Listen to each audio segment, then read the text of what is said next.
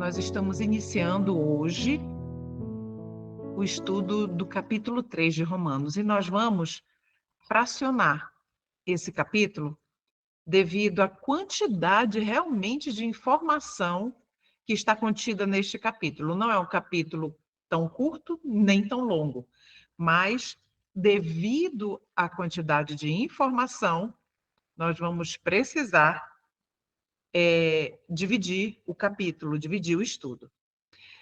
A temática do estudo deste capítulo 3 está aí na tela, a lei e o evangelho.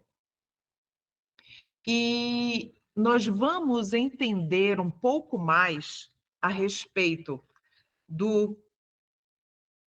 de como a lei do Senhor, os princípios da lei de Deus, se relacionam com o evangelho de Cristo. E para o estudo de hoje, apenas reforçando, eu vou utilizar o livro Estudos em Romanos, vai ser projetado aí as citações, né, que é disponibilizado pela editora Missionários. Vou utilizar também a leitura bíblica que eu vou estar fazendo na Bíblia Contexto, e nós vamos finalizar o nosso estudo também com trechos do livro Anunciando o Alto Clamor, da editora Lembra-te. Então, todos os textos serão postados aí na tela para a gente acompanhar. Então, meus irmãos, como eu disse no estudo passado, em estudos anteriores, nós aqui, este é um grupo de estudos bíblicos. E nós lemos a Bíblia. A proposta é nós lermos verso a verso, não nos detendo muito tempo em cada verso, porque o Espírito Santo ele é suficiente para nos guiar a toda a verdade. Aqui a gente só está compartilhando o conhecimento, né? Um pouco do conhecimento que o Senhor dá a todos nós. E vamos intercalar esta leitura bíblica com os textos do livro Estudos em Romanos, e no final a gente fecha com Anunciando o Alto Clamor. Nós, na Bíblia Contexto, as referências, ela contém referências cruzadas. Então, essas referências, elas estão por extenso no próprio corpo do texto. Então, para mim é muito fácil encontrar aqui, já estou aqui com os versos. Mas eu vou pedir a você que mantenha a sua Bíblia aberta e, de vez em quando, eu vou pedir, vamos abrir no livro tal, e a gente abre, vai rapidinho, aqui é a agilidade bíblica, para a gente não perder tempo. Tudo bem? Então, vamos lá. Então, no capítulo 3, vamos primeiramente recapitular. Em nosso estudo dos capítulos 1 e 2, descobrimos que o conhecimento sem Deus é tolice e imoralidade, e que uma profissão elevada de fé, ou, como Paulo afirma, a circuncisão da carne, lembra no estudo passado, a gente estudou bastante a questão da circuncisão da carne, de nada vale se não estiver presente aquilo que esse sinal simboliza. E o que essa circuncisão simboliza? A justiça de Deus pela fé, que na verdade é a circuncisão do coração. Então, os capítulos 1 e 2 resumem, em resumo, é exatamente isso, né? Se vocês tiverem oportunidade, acessem, visitem o canal do YouTube, o meu canal, que lá está o capítulo 1 de Romanos e o capítulo 2 já, os dois estudos já estão lá. Bom, então, vamos ler primeiramente aqui Romanos, perdão, Romanos, capítulo 3, dos versos 1 a 4, que diz assim, você pode acompanhar aí, eu vou ler aqui na Bíblia Contexto. Então, qual é a vantagem de ser judeu? Bom, vamos pausar aqui um momentinho. Eu sou adventista do sétimo dia, creio que a maioria dos que aqui estão. Não sei se alguém que estará nos assistindo também é adventista do sétimo dia. Mas se você não for adventista do sétimo dia, e coloque agora a sua religião, a sua fé. A gente vai substituir aqui. Substitua aí, ó. Então, qual é a vantagem de ser adventista do sétimo dia? É uma pergunta. A circuncisão tem algum valor? Verso 2, sim, há muitos benefícios. Paulo nos diz o seguinte: em primeiro lugar, aos judeus ou aos adventistas do sétimo dia foi confiada toda a revelação de Deus. E nós sabemos que isso é verdade. Além dos 66 livros da Bíblia, nós temos mais de 100.000 páginas inspiradas pelo Espírito Santo, que ele inspirou Ellen White a escrever e deixar como instrução, orientação, guia para nós. Verso 3. É verdade que alguns deles foram infiéis. Alguns deles quem? Olha aí a interpretação de texto. Alguns no original dos judeus, mas a gente está substituindo por adventistas do sétimo dia. Então, é verdade que algum destes adventistas foram infiéis. Mas isso significa que Deus será infiel? Verso 4. De maneira nenhuma. Ainda que todos sejam mentirosos, Deus é verdadeiro. E as Escrituras dizem a seu respeito: será provado que tens razão no que dizes e ganharás tua causa no juízo. Então, ou seja, na Bíblia King James, a Bíblia King James fiel, esse trecho aqui diz o seguinte: para que sejas justificado em tuas palavras e venças quando fores julgado. Então, o Senhor Deus, ele mantém as suas promessas. Nós, seres humanos, podemos falhar. E mais adiante, no próximo estudo, nos próximos estudos, nós vamos tratar muito especificamente a respeito das promessas de Deus. Qual a relação dessas promessas com a justiça de Cristo pela fé? E aqui nós temos, para este comentário, vamos acompanhar aqui na tela? Olha só. Deus lhes deu luz. Deu luz a quem? Aos judeus. Nós estamos aqui substituindo por nós. Deus lhes deu luz mais do que a todos os demais povos, para que, ao refletirem seu caráter, olha só, ao refletirem o caráter de Deus, pudessem levar essa luz a outros e todos se convertessem ao verdadeiro Deus e Jesus pudesse voltar logo. Então, era esse o objetivo do Senhor. Nós estamos analisando Romanos 3, de 1 a 4. Mas, cheios de orgulho, eles não fizeram o trabalho. E, queridos, agora eu deixei marcado de amarelo uma das declarações mais tristes, uma das análises mais tristes do que o Senhor, do que aconteceu com o povo judeu. E Deus, porque o povo judeu não cumpriu a missão que o Senhor Deus havia lhes dado, devido ao quê? Devido a eles estarem cheios de orgulho. Esse orgulho impediu que eles realizassem a obra maravilhosa de salvação e conversão de todos os povos pagãos ao redor. Queridos, não era para existir nenhum pagão, porque ao verem a coerência do professar e do viver dos judeus, os pagãos iam dizer assim: uau! Eu desejo conhecer o Deus de vocês que está fazendo tudo isso na vida de vocês. Mas aconteceu tudo o contrário, porque o orgulho impediu que eles se aproximassem desses povos, fosse uma boa influência para esses povos e que eles fizessem a obra de evangelizar e salvar esses povos ao redor. E aí, olha o que diz em amarelo. Qual foi a consequência? Deus os suportou geração após geração. E é isso que tem acontecido. O texto continua. Não vemos uma tendência entre nós, como povo, agora está voltando para nós, queridos.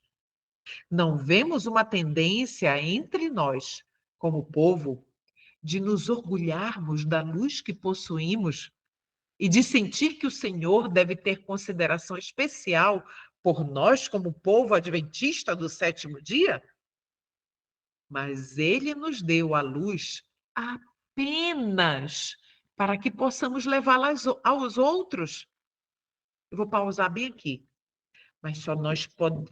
Um vaso, eu gosto muito dessa simbologia. Um vaso só transborda quando ele está cheio. Então, se o vaso não está cheio, como é que ele vai transbordar? Então, o Senhor nos deu a luz, a nós, como um povo adventista do sétimo dia, para que nós possamos levá-la aos outros. Mas se nós mesmos estamos vazios dessa luz e só professamos e não vivemos, então ninguém será alcançado. O texto continua: se nos gabarmos da luz, mas não a levarmos a outros, Deus nos suportará por muito tempo, mas finalmente alguém tomará nosso lugar e fará o trabalho. Isso está no livro Estudos em Romanos, página 22. Queridos, essa análise que foi feita por nosso irmão Wegener é extremamente correta e coerente. Nós vamos prosseguir agora, continuando aí na sua Bíblia. No verso 5, nós vamos avançar até o verso 20. Vamos ler juntos? Diz assim: alguém poderia dizer, mas nosso pecado não cumpre um bom propósito, ajudando os outros a verem como Deus é justo? Olha só, o pecado não cumpre, não tem uma função boa, porque ele mostra que ao mostrar que o Senhor Deus é justo. Aí, outra pergunta. Não é uma injustiça, portanto, Deus nos castigar? Aí, entre parênteses aí, aqui diz o seguinte: estou seguindo o ponto de vista humano. Paulo está relatando o ponto de vista das pessoas. Vamos para o verso 6. Claro que não. Se fosse assim, como Deus poderia julgar o mundo? 7. Alguém poderia argumentar ainda: mas por que Deus me condena como pecador, se a minha mentira ressalta a sua verdade e lhe traz mais glória? Verso 8. E alguns até nos difamam, afirmando que dizemos: quanto mais pecarmos, melhor. Quem diz essas coisas merece condenação. Verso 9. Pois bem, devemos concluir que nós, judeus, somos melhores do que os outros? Devemos concluir que nós, adventistas, somos melhores do que outros? Não, de maneira nenhuma. Pois já mostramos que todos, judeus ou gentios, estão sob o poder do pecado. Lá em Gálatas, capítulo 3, verso 22, diz assim, é um verso que corrobora este verso 9 que acabamos de ler. Diz assim, Gálatas 3, 22. Mas as Escrituras afirmam que somos todos prisioneiros do pecado, de modo que nós, os que cremos, recebemos a promessa de libertação apenas. Olha que lindo! Nós, os que cremos, recebemos a promessa de libertação apenas pela fé em Jesus Cristo. Apenas pela fé. E mais adiante, aqui, ainda nesse estudo, nós vamos tratar sobre este ponto. Verso 10. Como afirmam as Escrituras, vamos voltar aqui para Romanos 3, verso 10. Como afirmam as Escrituras, ninguém é justo, nenhum sequer. Ninguém é sábio, ninguém busca Deus. Todos se desviaram, todos se tornaram inúteis. Ninguém faz o bem, nenhum sequer. Sua conversa é repulsiva como o odor de um túmulo aberto. Sua língua é cheia de mentiras. Veneno de serpentes goteja de seus lábios. Então, olha só, aqui está descrevendo esses versos o que a gente é um prolongamento do verso 9. Uma expansão do verso 9 e de Gálatas 3, 22. Com relação a isso, olha, aí continua aqui no verso 14. Sua boca é cheia de maldição e amargura. Está falando dos que cometem pecado, daqueles dos pecadores. Verso 15. Apressam-se em cometer homicídio. Nos estudos passados, eu não me recordo se foi no capítulo 1 ou 2, acho que foi no capítulo 1. Quem odeia, mata o seu irmão. Aquele que odeia a outrem está assassinando essa pessoa. Então, aqui no estudo do capítulo 1, se você não fez, eu sugiro que visite lá no canal. Os textos são muito impactantes. A gente faz exatamente essa análise para que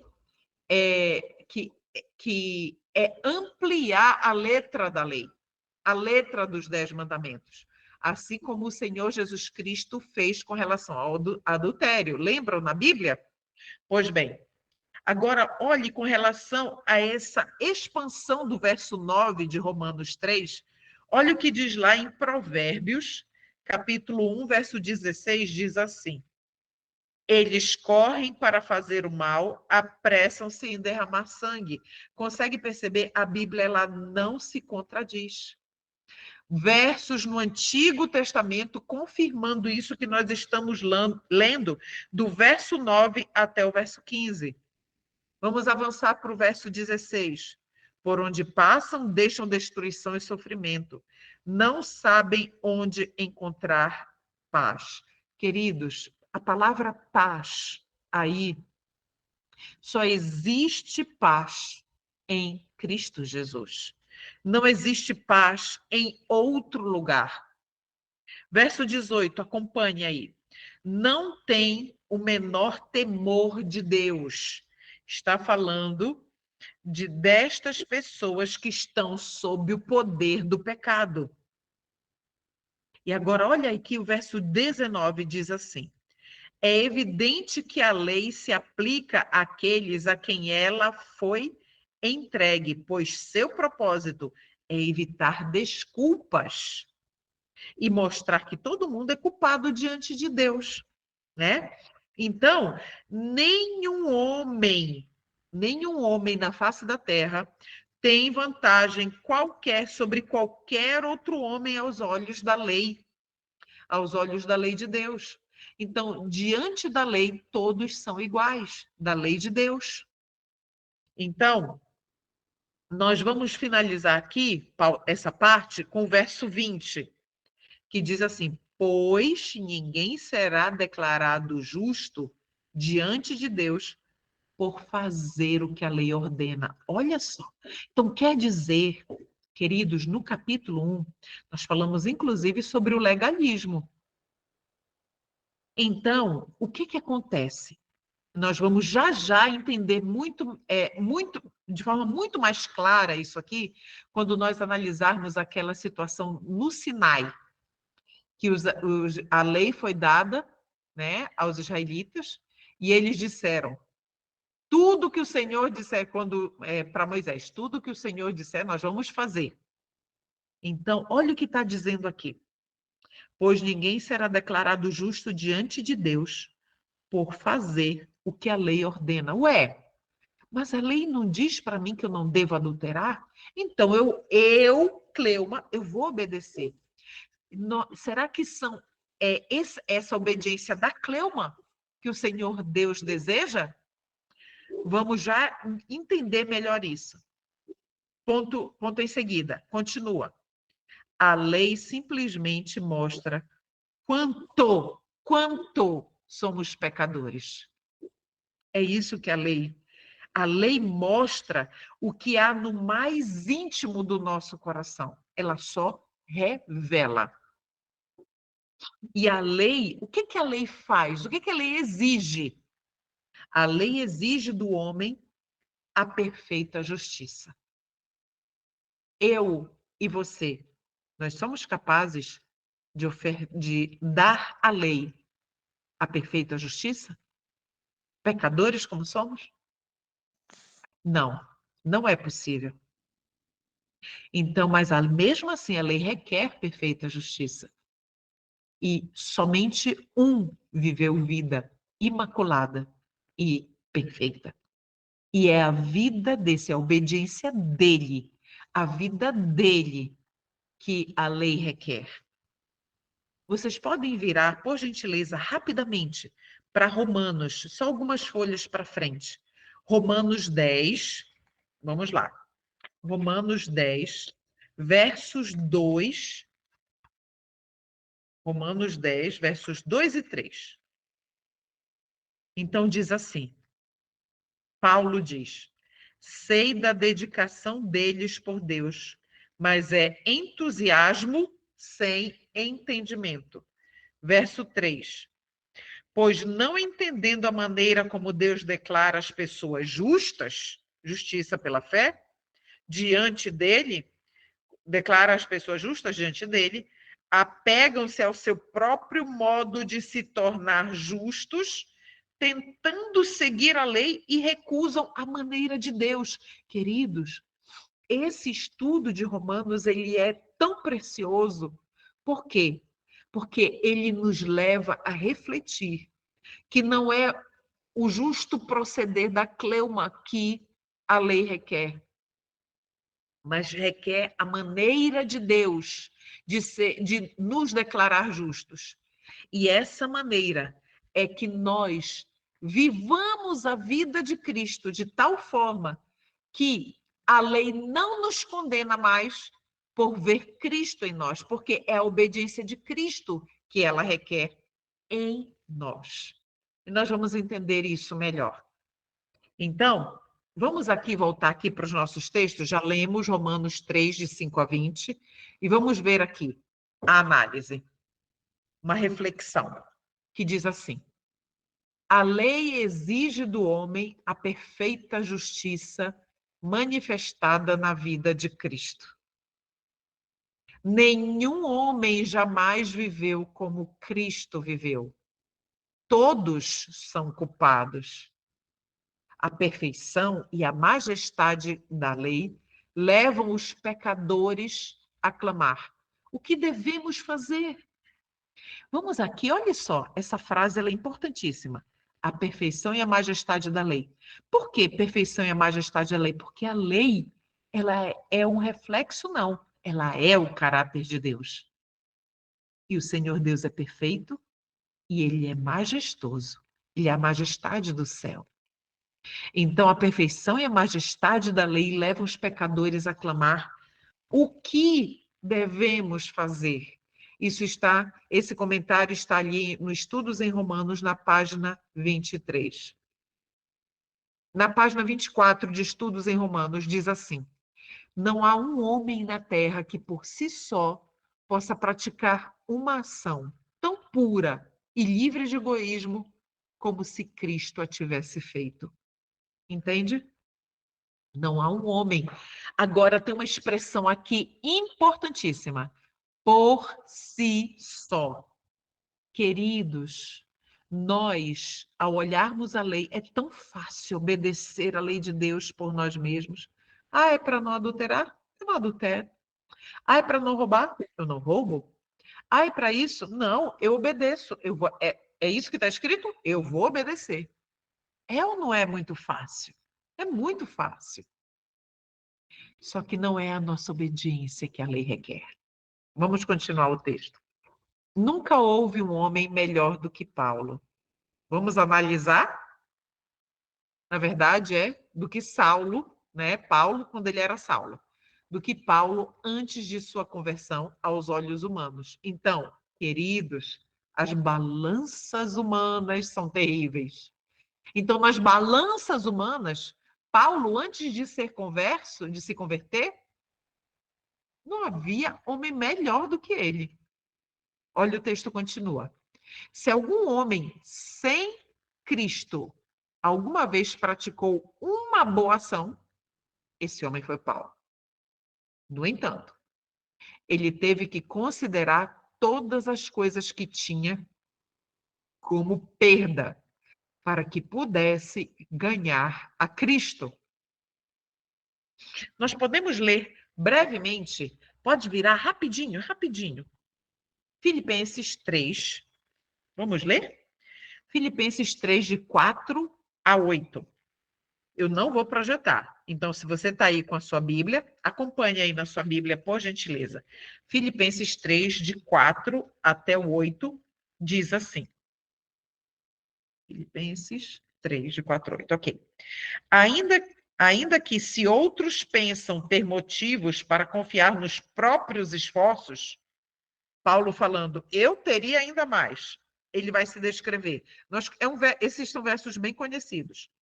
Fui circuncidado com 8 dias de vida, sou israelita de nascimento, da tribo de Benjamim, um verdadeiro hebreu. Era membro dos fariseus, extremamente obediente à lei judaica, por si mesmo. Verso 6. Era tão zeloso que perseguia a igreja. E, quanto à justiça, cumpria a lei com todo rigor. Verso 7. Pensava que essas coisas eram valiosas. Olha só, ele pensava. Mas agora as consideram insignificantes por causa de Cristo. E o verso 8 nós encerramos aqui. Sim, todas as outras coisas são insignificantes comparadas ao ganho inestimável de conhecer a Cristo Jesus, meu Senhor. Por causa dele, deixei de lado todas as coisas e as considero menos que lixo, a fim de poder ganhar a Cristo. Vamos voltar lá, para o capítulo 3 de Romanos. Então, Paulo, que era assim o exemplo de judeu, admirado, cumpridor da lei, fariseu, considerou tudo como menos que lixo, em outras versões, como refúgio, como esterco, né? Menos que lixo.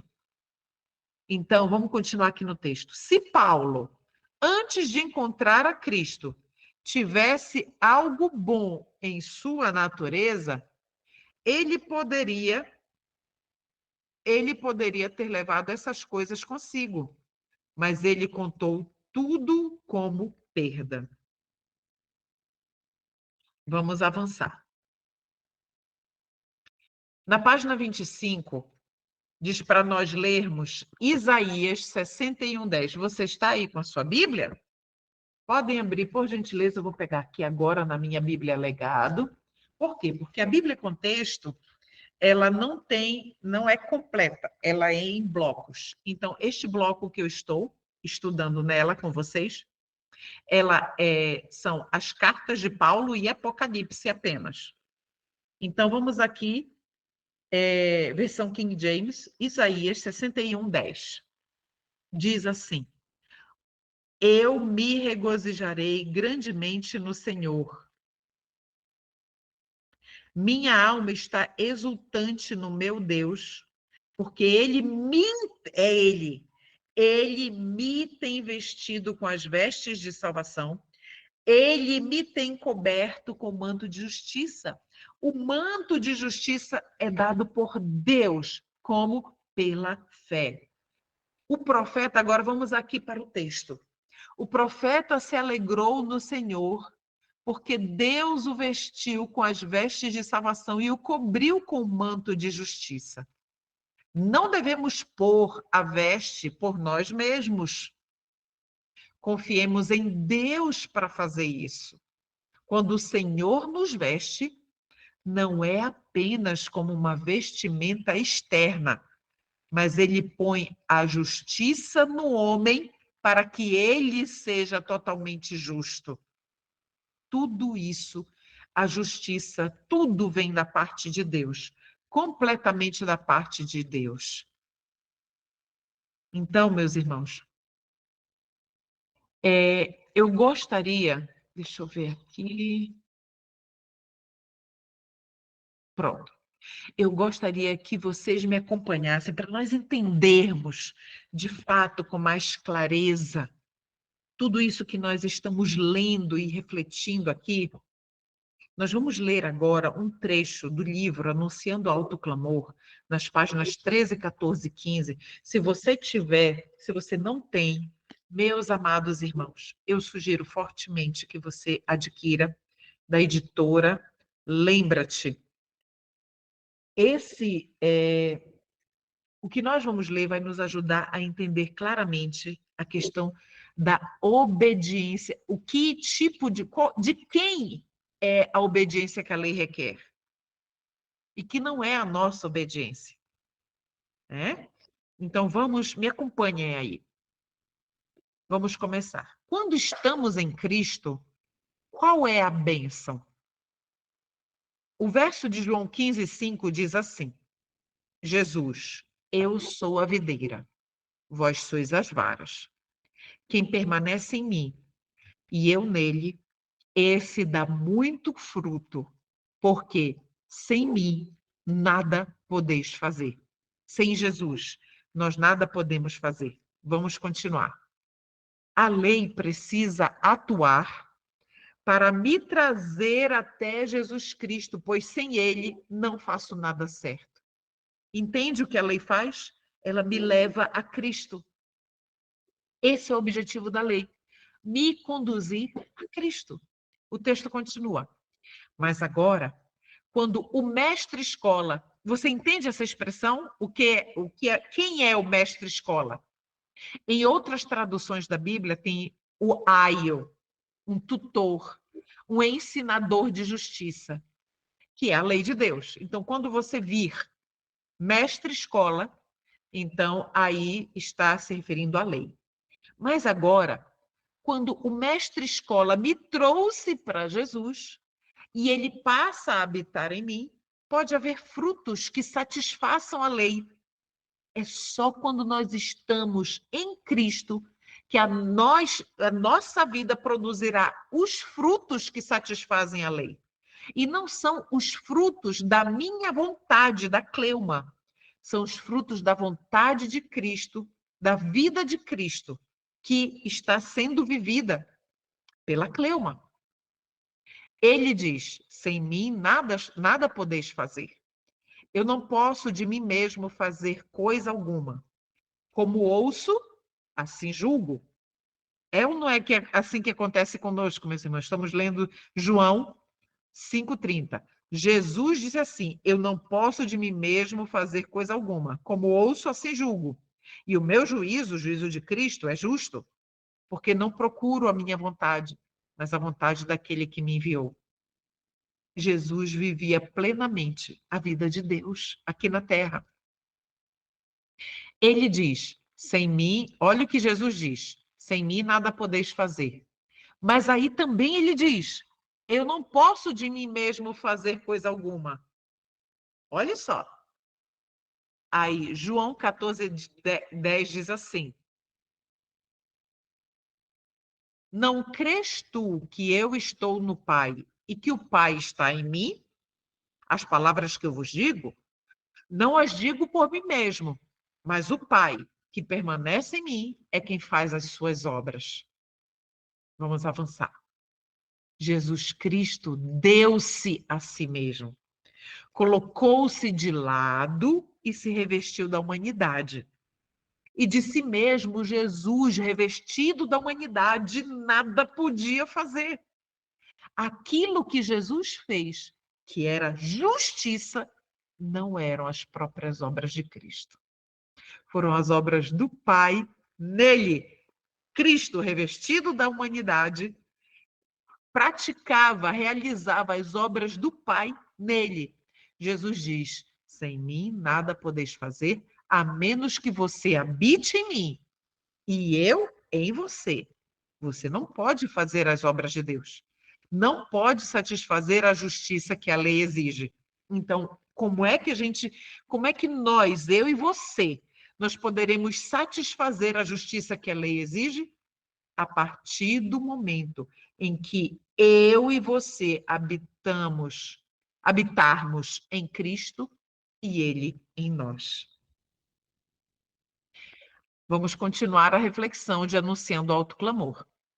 Mas se permanecermos nele, poderemos, porque isso, mas se permanecermos nele, poderemos, porque ele esvaziou-se, poderemos fazer o quê? Satisfazer os requerimentos da lei. Porque ele esvaziou-se de si mesmo e foi preenchido com a plenitude de Deus, e Deus produziu as obras de perfeita justiça em Cristo. Assim, olha agora a conclusão. Se nós, eu e você, permanecermos em Cristo e Cristo em nós, então Jesus Cristo passa a operar em nós como o Pai operou em Jesus Cristo. Então poderemos, dessa forma, executar as obras de Deus. Não é lindo isso? Você consegue entender? Quando eu li isso, eu consegui entender. É bem verdade que eu ainda estou no processo de compreensão. Esse é um grupo de estudos para nós entendermos juntos, através do estudo de textos e das Sagradas Escrituras. O texto continua. A justiça que a lei exige é finalmente satisfeita. Por quê? Que a justiça que a lei exige é finalmente satisfeita? Porque nós em Cristo e Cristo em nós, quem passa a operar em nós é Jesus Cristo, assim como Deus operou em Jesus Cristo.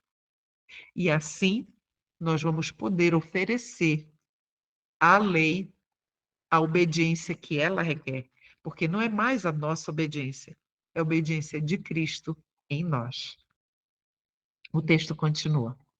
Como Cristo é apresentado como nossa propiciação e nós o recebemos, e nele cremos, e vamos a ele e nos escondemos nele, o Pai somente vê seu filho. Você consegue entender isso? Olha só, vamos devagar. Então, como o Senhor Jesus Cristo é apresentado como nossa propiciação, né? Ele é a oferta por nós. E nós recebemos a Jesus. Cremos no Senhor Jesus Cristo. E vamos a Ele, Senhor, limpa-me, salva-me de mim mesmo. Perdoa os meus pecados. Purifica-me, Senhor. Se há pecados de ignorância que eu cometi, me ajude e revela para que eu os reconheça, me arrependa, confesse e deixe. E aí, quando nós vamos a Jesus com essa disposição e nos escondemos em Cristo, depois, então, nessa situação, fazendo tudo isso, o Pai, ao olhar para mim, para olhar para a Cleuma, ele não vai mais ver a Cleuma, ele vai ver Jesus. O texto continua. Quando ele olha para você e para mim, escondidos em Jesus Cristo, ele, o Senhor Deus, não vê a minha pecaminosidade. Coloque o seu nome. Não vê a pecaminosidade da Cleuma. Não vê a pecaminosidade do Lucas. Não vê a pecaminosidade de nenhum que se esconde em Cristo Jesus. O Senhor Deus vê somente a perfeição de Jesus Cristo, que é o seu próprio reto proceder. Então, quando ele olha para nós, olha só, vamos analisar. Quando Deus, o Senhor Deus eterno, olha para nós, ele está feliz. Por quê? Porque ele vê a sua própria justiça. Ele vê Jesus. Você já imaginou que honra grandiosa é essa? E muitos podem chegar e dizer: ah, irmã, mas isso daí, onde fica a parte do homem? Se é Jesus que faz tudo, tem muitas pessoas falando isso agora, nesses últimos tempos. Se é tudo Jesus que faz, onde fica a parte do homem? A senhora Ellen White, a serva do Senhor, ela diz em uma citação que eu não me recordo onde está, mas você já ouviu com certeza. Ela diz o seguinte, que é o esforço humano agindo em concordância, em harmonia com o poder divino. Se é o Espírito Santo que nos diz isso, então não pode haver erro. Ah, então tem o esforço humano? Claro, essa é a parte humana. E no que consiste este esforço humano? No que consiste isso? Consiste em apenas uma coisa, e você precisa gravar isso. A parte humana não é obedecer, porque eu vejo o que é correto, queridos. A coisa mais fácil que tem é ser legalista, sabia? É muito fácil ser legalista, é muito fácil ser fariseu. Lembram dos fariseus? 1 milhão de estatutos, 1 milhão de adendos que eles mesmos criaram para colocar ali nos 10 mandamentos. É muito fácil, a letra da lei. Mas o que é que o Senhor, ele só pede de nós? A nossa parte do esforço humano é apenas uma, queridos irmãos. Render a nossa vontade. Assim como Cristo esvaziou-se de si mesmo para que o Senhor Deus pudesse habitar nele, essa é a nossa missão, é a nossa parte, é o nosso esforço, nos esvaziar do nosso eu, dos nossos gostos, das nossas preferências, da nossa vontade carnal, do nosso eu carnal, para que a plenitude de Jesus Cristo possa habitar em nós. Render a vontade. Esse é o maior esforço que a gente vai fazer, sabe por quê? Porque a gente não quer fazer isso. Eu e você, nós não queremos nos desvencilhar do nosso eu. Racionalmente, nós queremos. Racionalmente, nós desejamos fazer a vontade de Deus, que permitir que a vontade dele se faça em nós. Mas nós não queremos, porque nós queremos que na nossa vontade se faça. O esforço humano. Grava isso, por favor. O esforço humano está em render o seu eu, o meu eu, rendermos a nossa vontade. Vamos avançar. Onde havia falhas miseráveis, onde há apenas um homem miserável, pobre, cego e nu, ele, o Senhor Deus, vê então uma vida perfeita que está escondida em Jesus. Ele vê uma vida que é tão perfeita quanto a sua própria, porque de fato é a própria vida de Deus. Queridos, aqui são os 144 mil. Isso está descrito nas Sagradas Escrituras. Leia Apocalipse 7,14. São os únicos lugares onde os 144 mil são descritos. Leia sobre a vida de Jó.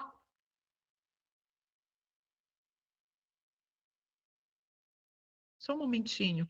O segredo do êxito está na união do poder divino com o esforço humano. Obrigada, Lucas. Patriarcas e Profetas, página 509. Tem outra citação aqui, mas eu não vou ler agora. Então, olha só. Quando a palavra de Deus fala que os 144 mil, eles não tinham mancha, eram irrepreensíveis. Traduz para mim, irrepreensível. Irrepreensível é que não tem pecado. Qual é a única vida, meus irmãos, que nunca teve pecado? É a vida de Cristo. Então, aqui está descrevendo os 144 mil. O Senhor Deus vê uma vida perfeita. A serva do Senhor diz que nós precisamos fazer todo esforço para sermos como os 144 mil. O texto continua. Ele vê uma vida que é tão perfeita como a sua própria, porque de fato é sua própria. Essa vida é de eternidade a eternidade. Assim, a lei fica feliz, porque agora é possível, esta vida pode ofertar a vida perfeita de Cristo, porque a lei em si mesma requer bem isso. O quê? Perfeita justiça de eternidade a eternidade. Quando os israelitas, é aqui que eu queria. Então, nós traçamos todo esse raciocínio e eu queria chegar exatamente aqui, que diz assim: quando os israelitas receberam os 10 mandamentos, o que foi que eles disseram? Tudo o que o Senhor nos disse, isso faremos. Ou seja, olha só, eu vou cumprir. Vamos traduzir? Olha aí. Eu vou cumprir tudo isso, sim, Deus. Isso foi o que comandaste? E é o que queres. Então, é o que eu farei e farei agora. Mas não é isso que Deus quer. Não é o que a lei quer. Ela não quer o seu e o meu proceder, a sua e a minha obediência. Ela não quer, não quer. Ela quer a obediência perfeita de Deus. Deve ser permitido que a palavra de Deus produza seu próprio cumprimento. Queridos, isso é tão profundo, isso é tão verdadeiro, isso é tão real. Quando a gente entende isso, nós começamos a nos questionar e nos autoavaliar dos nossos procedimentos. Nós começamos a perceber, eu não devia ter dito aquilo, eu não devia ter me exaltado. A gente começa a se autoanalisar e nós confessamos muito mais pecados do que o normal, aliás, não normal, mas do que se nós não conhecêssemos nada disso que nós estamos estudando aqui hoje. Então, essa última frase aqui, ó, deve ser permitido que a palavra de Deus produza seu próprio cumprimento. E nós vamos estudar mais adiante a respeito de promessas. Meus amados irmãos, se a palavra de Deus diz, ela realiza. Se nós não temos fé suficiente para crer nisso, então tem alguma coisa errada com o nosso caminhar com Cristo. O que são os 10 mandamentos? Eles são promessas, mas não somente promessas, preciosas promessas. Grava isso. O que são, se alguém perguntar para você o que são os 10 mandamentos, responda. São promessas preciosas do Senhor para a nossa vida. Estamos recebendo a palavra de Deus dessa forma?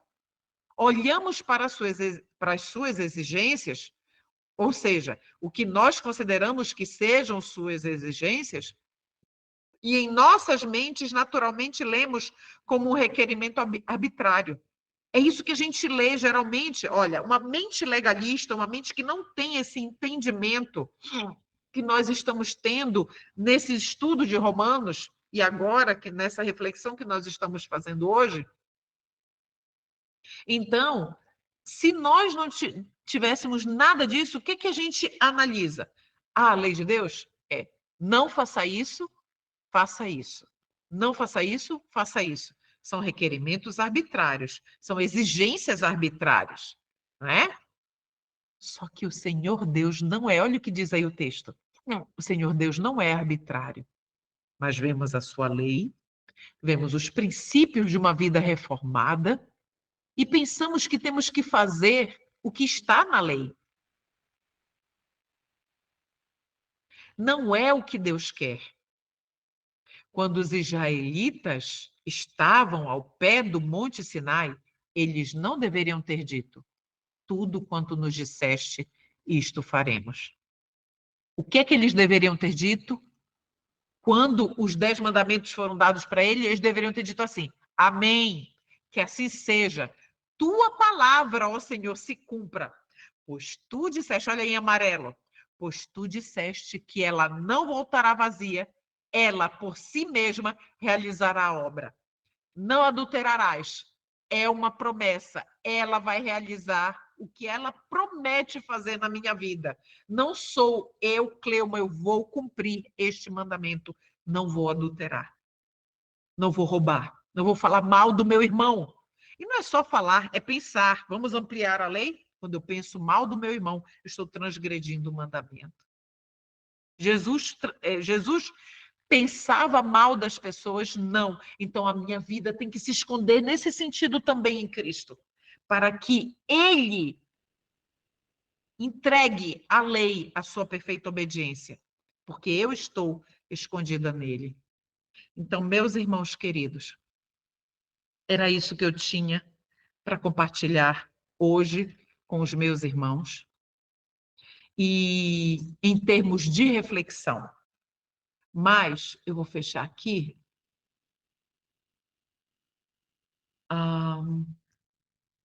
Eu queria. Como é que eu paro o compartilhamento? Stop share. Parar a apresentação, achei. Pronto. O que eu queria compartilhar aqui com os meus irmãos para nós finalizarmos? Poderiam, por gentileza, vamos finalizar a nossa leitura bíblica a partir do verso 21. Acompanhem lá, por gentileza. Agora, porém, conforme prometido na lei de Moisés e nos profetas, Deus nos mostrou como somos declarados justos diante dele, sem as exigências da lei. Somos declarados justos diante de Deus por meio da fé em Jesus Cristo. E isso se aplica a todos os que creem, a mim e a você, sem nenhuma distinção, pois todos pecaram e não alcançam o padrão da glória de Deus. Em outra versão, na versão King James diz assim, porque todos pecaram e estão privados da glória de Deus. Então, verso 24, nos diz assim, mas ele, em sua graça, nos declara justos por meio de Cristo Jesus, que nos resgatou do castigo por nossos pecados. Cristo nos resgatou, irmãos. E é ele quem nos declara justos. Você tem aí na sua Bíblia, 1 Pedro? Poderia folhear rapidamente? Olha o que diz em 1 Pedro, capítulo 2, verso 24. Diz assim, ele mesmo carregou nossos pecados em seu corpo na cruz, a fim de que morrêssemos para o pecado e vivêssemos para a justiça. Por suas feridas somos curados. Ele carregou os nossos pecados em seu corpo na cruz. Ele fez isso por mim e por você. Verso 25. Deus apresentou Jesus como sacrifício pelo pecado, com o sangue que Jesus derramou, mostrando assim sua justiça em favor dos que creem. No passado, ele se conteve. Olha só. Aí nós vemos a paciência de Deus. Muita atenção nesse trecho aqui. No passado, ele se conteve e não castigou os pecados antes cometidos, a longanimidade e a paciência de Deus. Verso 26. Pois planejava revelar sua justiça no tempo presente. Com isso, Deus se mostrou justo, condenando o pecado, e justificador, declarando justo o pecador que crê em Jesus. Ele declara justo o pecador que crê em Jesus. Foi o que ele fez com Jó. Foi ou não foi? Com Jó, ele declarou Jó justo. E Jó, ele é um tipo dos 144 mil. Verso 27. Podemos, então, nos vangloriar de ter feito algo para sermos aceitos por Deus? Lembram de Paulo antes da conversão, que nós estudamos alguns momentos atrás? Então, não, pois nossa absolvição não vem pela obediência à lei, mas pela fé. Nós vamos parar aqui, vamos retomar esses versos na semana que vem. E vamos finalizar o capítulo 3. Meus irmãos, quando nós compreendemos essas verdades, o nosso relacionamento com Jesus, ele é outro. O nosso coração grato, até a nossa gratidão, ela adquire um novo aspecto, um novo sentido. Então, que o Senhor Jesus Cristo, ele possa ajudar a mim e a você a realmente nos escondermos em Jesus. Porque vai chegar um dia em que nós precisaremos, e não falta muito, estar de pé por nós mesmos. E para que nós não sejamos condenados, Cristo precisa já estar habitando em nós. Vamos continuar na semana que vem, ainda no capítulo 3, e vamos avançar para nós continuarmos entendendo as verdades maravilhosas que santificam, que dão esperança. É o que nós precisamos de esperança. Por quê? Porque nós temos um advogado junto ao Pai. é promessa também, é uma certeza. Esse advogado está ali pleiteando por mim e por você. Por isso, nenhuma condenação há para os que estão em Cristo Jesus. Nós vamos estudar Romanos 8, para aqueles que não andam segundo a carne, mas segundo o Espírito. Que o Senhor Jesus Cristo abençoe a vida de cada um de vocês. Agradeço em Cristo estarmos juntos aqui para estudarmos esses temas.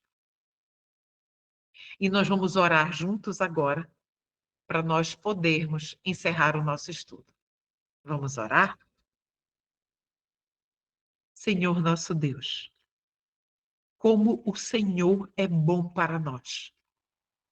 Neste momento que, unida aos meus irmãos, estou aqui, Senhor Deus, para exaltar unicamente o nome do Senhor. Quem o Senhor é, o seu amor, a sua paciência, a sua longanimidade e o seu amor infinito, porque o Senhor não desiste de nós. Senhor, entendemos claramente que a nossa parte, nesse processo todo de justificação, é render a nossa vontade. Nós somos maus, somos orgulhosos e egoístas, Senhor. E só o Senhor pode nos ajudar, inclusive a nos dar poder, força, para rendermos a nossa vontade, o nosso eu ao Senhor. Venha nos socorrer, Pai, e salva a cada um de nós, a cada uma dos nossos familiares, das pessoas que nós amamos, dos nossos irmãos, onde quer que eles estejam. Salva-nos, Senhor, e ajuda-nos a estarmos escondidos cada dia mais em Cristo Jesus. É no nome do nosso Senhor Jesus, o nosso amigo, Senhor e Salvador, que te rogamos agradecidos. Amém. Então, meus irmãos, agradeço mais uma vez em Cristo a presença de cada um de vocês. Que Jesus conceda um sábado extremamente deleitoso para cada um de vocês. Que a paz seja com todos. E na sexta-feira que vem, às 19 horas, estaremos novamente aqui. Não esqueçam, este livro é uma bênção. Estudos em Romanos. Não deixem de adquirir. Mais uma vez, também eu reforço. Se puderem, alguns capítulos, alguns versos, eles adquirem um novo significado para nós, quando nós estudamos na Bíblia Contexto. E eu sempre, como eu falei, desde o primeiro estudo do primeiro capítulo, eu uso as duas juntas, lado a lado. A Bíblia King James, que é a minha Bíblia Legado, e a Bíblia Contexto. Que Jesus Cristo bendiga cada um de vocês. E um feliz sábado. Até sábado que vem. Até sábado que vem, sexta-feira à noite. Até mais.